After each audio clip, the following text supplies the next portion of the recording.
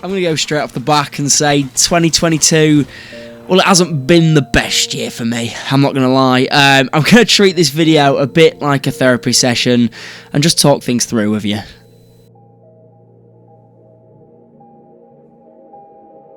You may be wondering, why on earth are we back in 2019? Well, to be honest with you, yeah, I'm wondering the same thing. We're almost on a New Year's version of A Christmas Carol, but looking back on it, if you look at the back end of 2019 for myself, it was probably one of the worst times of my life. I got ill, I got severely underweight, and I genuinely don't think I've ever felt anything like I did in 2019 up until this year. This year has been tough. I mean, I've seen a lot of things that I probably shouldn't or didn't ever want to see. I've missed out on a lot of things that I probably did want to see. And it was quite sad when I was pulling together the clips for this video.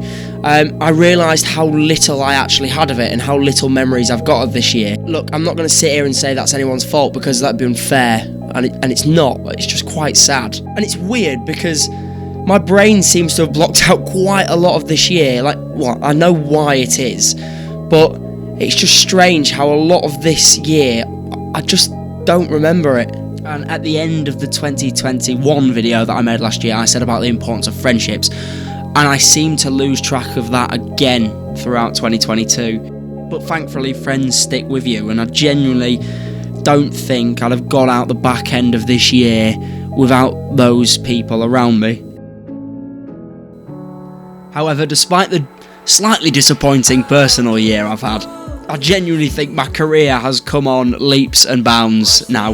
And I do laugh when I look back at my year review videos from each year and I set myself all these goals and they always never come off. In fact, I still haven't hit my TikTok goal from 2020 to hit 250,000 followers. But the TikTok is still going, I'm still posting regularly, not every day as such now.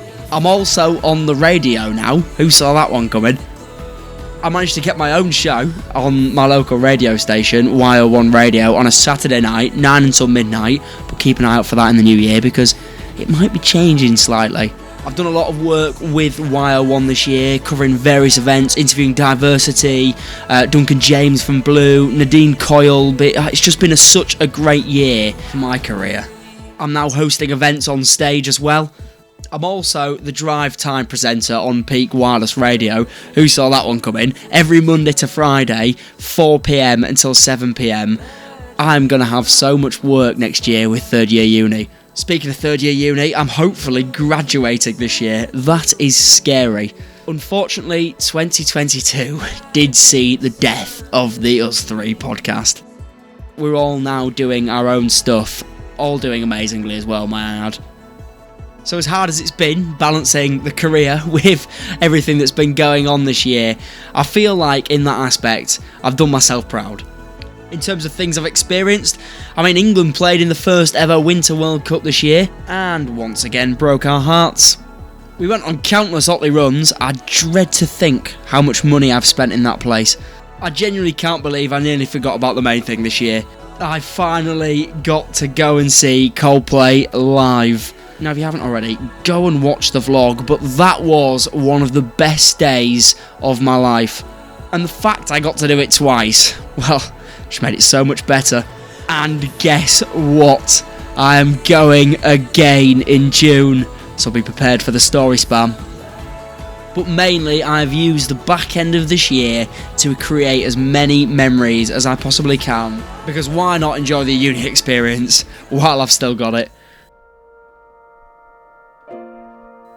So now, 1 year later, if I take a look back at 2022 as a whole year, has it been mostly crap? Yes, it has. However, it has taught me so many lessons that when I look back on this year, in about 3 years to come, I'll realise how far I've come. Even going back to 2019 that I mentioned earlier on in this video, where I was at my lowest, the advice I gave in that video is absolutely solid advice for how I felt for most of this year. In fact, it is that very advice that got me through times where I was feeling as low as I possibly could. The key line being, things could always get worse, but will always get better. And look, this isn't me saying right now that I'm absolutely perfect and I'm fine, because I'm not. There are still a lot of things I've got to work on from this year. There's still a lot of things I've got to work on from 2019, to be quite honest with you. But just because I have struggled, and there are a lot of you that have gone through far worse than what I've been through this year, but that doesn't mean that this year has been a failure. I have learnt a lot, I have grown a lot because of what I've been through. And to me, that isn't a failure, that is success.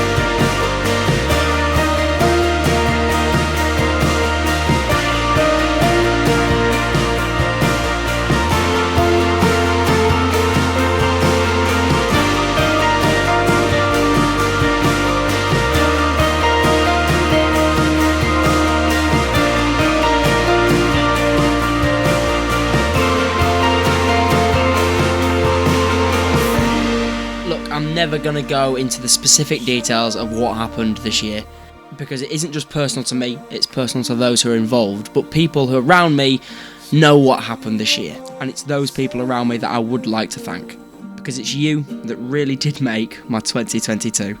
But just know, if you did struggle this year, it doesn't mean that you failed. Use what you've been through and what you've learnt from this year to be able to look back and reflect this time next year, and you made it to the end of the year. So be proud of yourself. So 2022's over. That's another year in the bag, but I got plenty more to go.